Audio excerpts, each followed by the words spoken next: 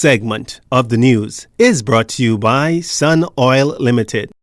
Welcome back. 34-year-old Joey Scott of Golden Gates Estates today arraigned before Chief Magistrate Joyanne Ferguson Pratt on one count of murder. It's alleged that on May 7th, Scott, by means of unlawful harm, intentionally caused the death of Lamont Fisher. He was not required to enter a plea. Bail was denied and he was remanded to the Bahamas Department of Corrections until August 13th. At which time he will be served a voluntary bill of indictment. 23-year-old Rosemond Etienne suffered the same fate. He's allegedly behind one count of murder and 4 counts of attempted murder. This in connection with a May 13th incident during which Kyle Roll was killed. Etienne is also accused of the attempted murder of Leonardo Farrington, Marvin Brown, and Geraldo Joseph. Again, the accused was not required to enter a plea to any of the charges. He was remanded until August 13th for the presentation of a voluntary bill of indictment. 2 alleged rapists also made a court appearance. 25-year-old James Stubbs is accused of having sexual intercourse with an 18-year-old without her consent. Bail was denied and he was not required to enter a plea. Stubbs was remanded to the Bahamas Department of Corrections until July 30th for a voluntary bill of indictment. 21-year-old Kevin Archer also stood before the chief magistrate on one count of assault with the intent to rape. The incident is alleged to have taken place on May 19th in Nassau Village. No requirement to enter a plea again, and bail was denied. He, too, was placed on remand. Immediately following the arraignment, Archer's sobbing mother requested that her son be protected while at the BDC, as the persons responsible for killing their relative, 11-year-old Marco Archer, back in 2011, have been sending him death threats. When asked by the magistrate why their attorney did not make the request during Archer's arraignment, the mother said the attorney told her it wouldn't make a difference. The magistrate then asked an emotional Kevin Archer if he was concerned about his safety. He said yes. The magistrate made a note of it and granted his request. The man discovered dead on his Port New Providence lawn this past Sunday has been identified as 29-year-old British resident Danny Roy Lee. Police have not revealed any more than that, other than to reiterate that an autopsy will be performed to determine Lee's exact cause of death. The opposition's call for an outside agency to investigate the recent police-involved shooting of 3 suspects has the backing of a human rights group. Rights Bahamas making it clear that police cannot police themselves. Furthermore, in the face of claims that the men were at the time unarmed, it stresses that an independent and objective probe is absolutely necessary. And as far as Rights Bahamas is concerned, that investigation ought to be done by a reputable overseas company tasked with producing a detailed report of the incident. This, of course, having conducted witness interviews with the officers, an examination of the physical evidence, including the weapons purportedly fired by the suspects, ballistic tests, and whatever other forms of forensic studies necessary to get the truth. And Rights Bahamas suggests that information then be reported to the Director of Public Prosecutions, not the Ministry of National Security or the Office of the Prime Minister, rather. Now, judging from the information shared with the media, police were tipped off that the suspects were at a Newgate Road home early last Friday morning. According to Chief Superintendent Solomon Cash, once on the property, they were confronted by 2 of the suspects who opened fire on the officers. In fear of their lives, the officers returned fire, fatally injuring the 2. A similar chain of events reportedly played out in the case of the 3rd suspect, but Rights Bahamas contends that it's unacceptable that whenever an individual is shot by police, the public's expected to uncritically accept the word of the shooting officer and his colleagues.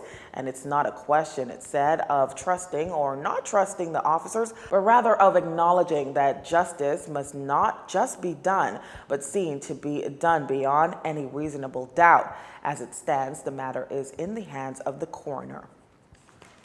From unpaid salaries to the cessation of rental allowances, perennial problems, Bahamas Union of Teachers President Belinda Wilson says have caused her members undue hardship, like the inability to qualify for mortgages, to pay utility bills, or even having homes repossessed. On the BUT's end, there's more often than not been an attempt to resolve the issues amicably, to no avail. Regrettably, because of the lack of communication, breaches of policy, violation or non-adherence to the industrial agreement, or simply the union being ignored, results in public feuds and labor disputes.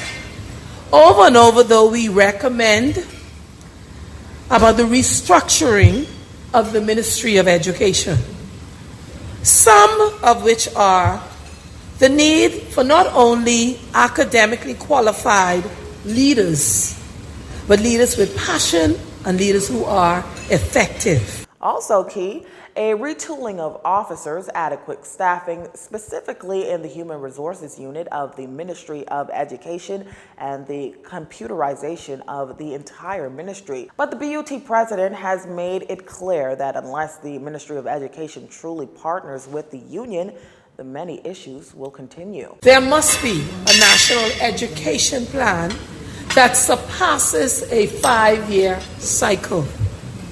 There must be clear priorities.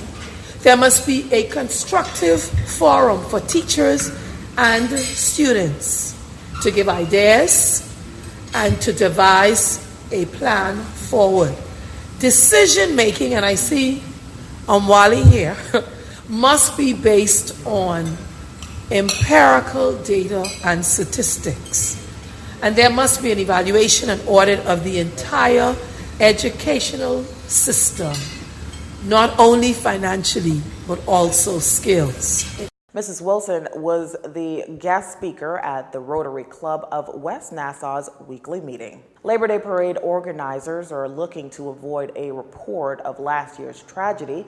That means there will be a change to the event. Bahamas Financial Services Union President Teresa Mortimer telling the media that this time around, no trucks will be allowed. We are so pleased that we would have had a meeting with the police on Friday past. And so we're happy to say that the police force will be emphasizing safety and enforcing the rules of no vehicle in between the workers on the parade. There will be vehicles at the back of the parade, and there will be buses taking folks that cannot march. Now, as there will be no trucks with music, parade organizers are appealing to all marching bands to come out and participate. The 2018 Labor Day Parade ended abruptly after an unattended truck reportedly rolled down East Hill Street, killing 4 women and injuring more than 20 others. This year's activities will honor the lives of Kathleen Rogers Fernander, Tabitha Hay, Diane Gray Ferguson, and Tammy Williams Gibson, as well as Lady Jacqueline Folks, wife of Father of Labor, the late Sir Randall Folks. Third Vice President of the National Congress of Trade Unions, Sherry Benjamin. On Sunday, June 2nd, at 11 a.m., there will be a church service at Zion Baptist Church, East and Shirley Streets. Immediately following the church service, an unveiling ceremony of a memorial plaque on the eastern wall of the church in dedication of the 4 honorees will take place. Her Excellency, the Most Honorable Dame Marguerite Pinland, will join us at the church service on the unveiling. Labor activities kick off June 2nd to June 7th. This year's parade will be held under the theme, One for All for One, securing the protection of Bahamian workers for future generations. And our final story is up next.